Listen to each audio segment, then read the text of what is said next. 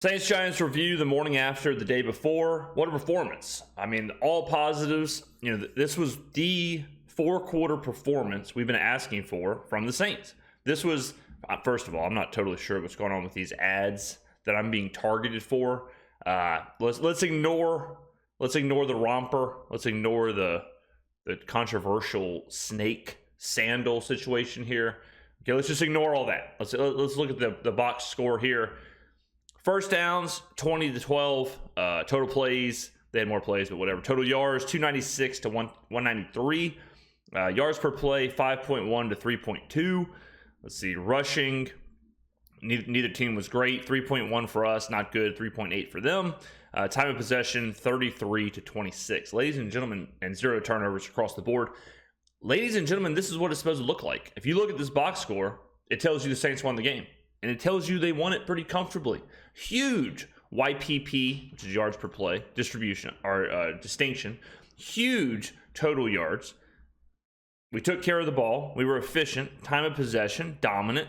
And what does it show us? Boom, 24-6. This is an appropriate box score. We talk about fake box scores all the time. This is not one of those. The Saints put it together. You know, it's kind of anybody who is being negative about this game, anybody who's being negative about anything with this performance is trying too hard. I'll tell you that. This is a positive performance, a good win. This is what you want to see. Not every game you're going to have a guy throw for 400 yards. Not every game you're going to have a guy run for 140 yards and 3 touchdowns.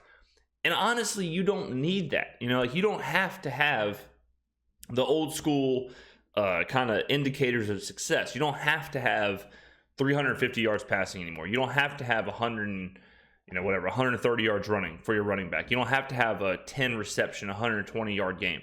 But if you put together a complete game like the Saints did in this game, that's all you need. They dominated from start to finish. They completely controlled the Giants. I think defensively, this was one of the best defensive performances we've seen in a long time. Obviously, like the Patriots game, there were some better defensive performances, but this was way up there. I mean, the sacks. I mean, we ended up with 7 sacks. This team doesn't sack the quarterback. We've talked about that all year long. This team has a hard time sacking the quarterback. Not today. That we were getting after Tommy Devito. You know, getting after him, confusing him with stunts and different looks, and he was holding on to the ball, and we were just absolutely putting it on him. Running wise, we talked about how we were kind of concerned that maybe he would be able to run the football. Not really. He had a couple long runs. He had a couple. That's when they looked the most dangerous by far, was when DeVito was running the ball, when DeVito had these like designed runs. And I really don't know why they didn't do that more. I don't know why Brian Daboll didn't get Tommy DeVito more utilized in the running game, because that's where they really had success. Saquon Barkley, yuck. I mean, this guy, ladies and gentlemen, I hate to be the one to break it to you, but his best days are behind him. 9 carries, 14 yards, 1.6 yards per carry. Oofa. Tommy, again, 4 for 36, decent there. Passing, they did nothing. I mean, passing, they had nothing the entire game. Again, we were in there like swimwear. Sacks, 7 sacks, crazy. Demario Davis had one of the best games I've ever seen. I mean, he from him, he was nuts. He was everywhere. And don't let this fool you. Don't let 8 solo tackles, 1 sack. He made a solo tackle. Matt Breida was running like a man possessed downhill. Demario Davis met him at the line of scrimmage, one-on-one, and just drove him back. I mean, stuff like that doesn't get shown in the box score, but really good stuff from Demario Davis. Let's see what else here. So if we look at our individual stats, maybe the best game Derek Carr has played as a Saint. Arguably. You could easily make the argument this was his best game as a Saint. 3 touchdowns, 7.8 yard average, 23 for 28, very efficient, 218 yards, no picks, sacked once, but the offensive line held up pretty good. 87 QBR and a 134.8 quarterback rating. So great stuff there from him. Just good all around, guys. I mean, really, it was good to see. It was good to see because this was a Giants team that came in with a lot of momentum and a lot of belief, especially around DeVito. And they had a coach in Brian Daboll who this is kind of what they can do. They can scheme up and they can make it tricky for you, and the Saints did not let that happen. And to see the Saints kind of fire, dominate in every realm, defensively, offensively, to do all that stuff, it was great to see. I mean, this is where y'all know we talk about this every week, but the Saints have to win these remaining games. They have to win. Well, we'll talk about that. We'll talk about that in a second, because the schedule does get unique now that the Falcons lost. Now that the Falcons lost to the Panthers. So we'll talk about that after we talk more about this game. The only thing that I could possibly say, what's going on here, was a little bit of the usage early. So early on, if we go to the drives here. So in the first possession of the game, okay, we go, all right, let's see. First possession of the game for us, we go, Carr passes to Bowden, Carr passes to Foster Moreau, and then Carr passes to Taysom Hill. And then we punt, okay, 3 and out. Now, what this doesn't show is that Alvin Kamara is not on the field. Alvin Kamara was not on the field for the first possession. Now, I just don't really understand how that's part of the game plan and why that keeps happening. The Jamal Williams situation is weird, especially with the fact that Jamal Williams was hurt. Jamal Williams was not 100%. Kamara was 100%. So he's not here, right? Kamara doesn't play in this possession. We go 3 and out. All right, so then come back. Kamara usage, good. As you can see, Kamara's involved a lot here, and we go down and score. Okay, then, but in the second half, his usage skyrockets. Kamara, all of a sudden, his usage is through the roof. And we were talking about it and then you can see it in the box score, where there's a serious discrepancy here now. Remember last game where it was 13 carries for Kamara, 10 carries or 12 carries for Williams.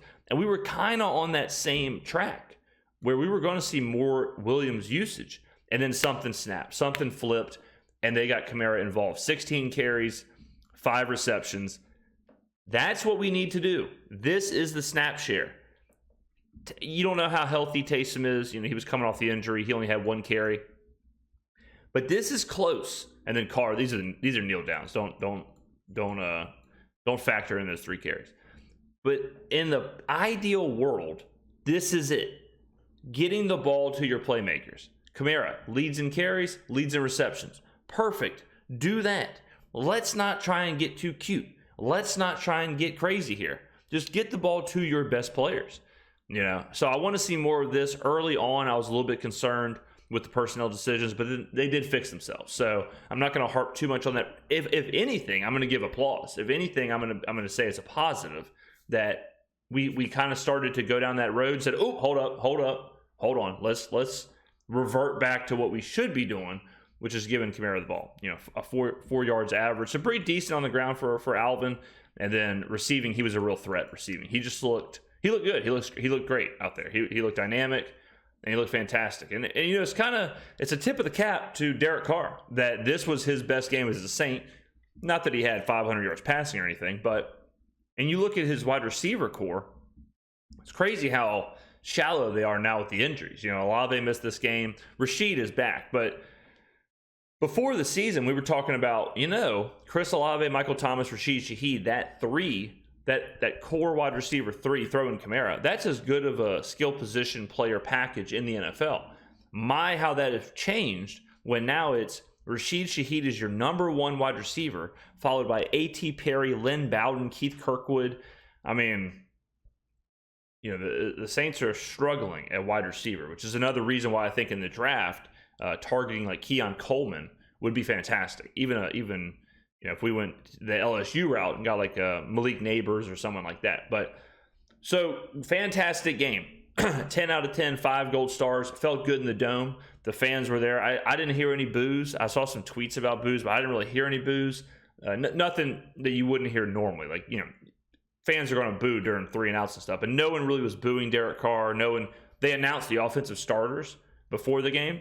Carr didn't. It was kind of a mixed bag. People weren't exactly cheering him, but it wasn't the deafening boos that you had heard before. By the end of the game, or really the middle of the game, felt like a Saints game. It felt good. People were happy. People were supporting the team. People were supporting Derek. There were high fives in the stands.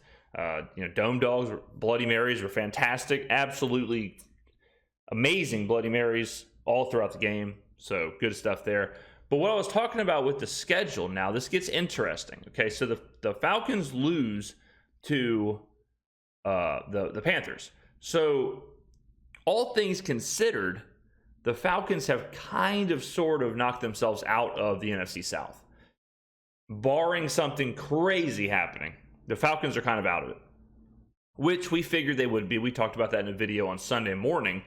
The Falcons aren't very good. They have cool name players. People love to talk about Bijan Robinson, but how good are the Falcons? I would say not very good at all. It all comes down now to the Buccaneers game. The Saints play the Falcons at the end of the season, and we play the Rams Thursday, short rest, on the road. And then we play the Buccaneers in Tampa. The division is pretty much that game. It's pretty much us versus Tampa. We do have to take care of business everywhere else. Like, we have to beat the Falcons at the end of the season. We need to beat the Rams. But if we lose to the Rams, it's not as bad as it would have been before, because the Falcons have basically bounced themselves out of this. So the schedule has got even more condensed. Before we were talking about you gotta go 5-0. We talked about you gotta every game's a Super Bowl. Now it's really you gotta kind of focus on that game in Tampa Bay. If we look at Tampa's schedule, kind of similar to us, where we have a difficult opponent in the Rams. They have a difficult opponent in Jacksonville. Jacksonville just came off of a bad loss against the Ravens. Jacksonville is kind of sliding, but they certainly want to win games. Tampa does get kind of lucky that it's at home, but so let's pretend that we lose to the Rams and the Bucks lose to the Jaguars. We're both going to be dogs, right? We're a 4-point dog against the Rams. I would assume the Bucks are probably, they're definitely underdogs. Let's see if they may have it. Oh, they probably don't because of next week. But they're probably a couple point dog. Maybe 3's a lot, but they're probably like a 2-point dog at home, something like that. Maybe even a little bit less. But we're both supposed to lose the game. So let's say we both lose that. Then week 17 is for all the marbles. Week 17, we go to Tampa.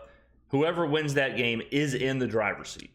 Whoever wins that game, the only way that we could lose that game and then win the division would be if we beat Atlanta and then Tampa loses to Carolina, which is obviously not likely.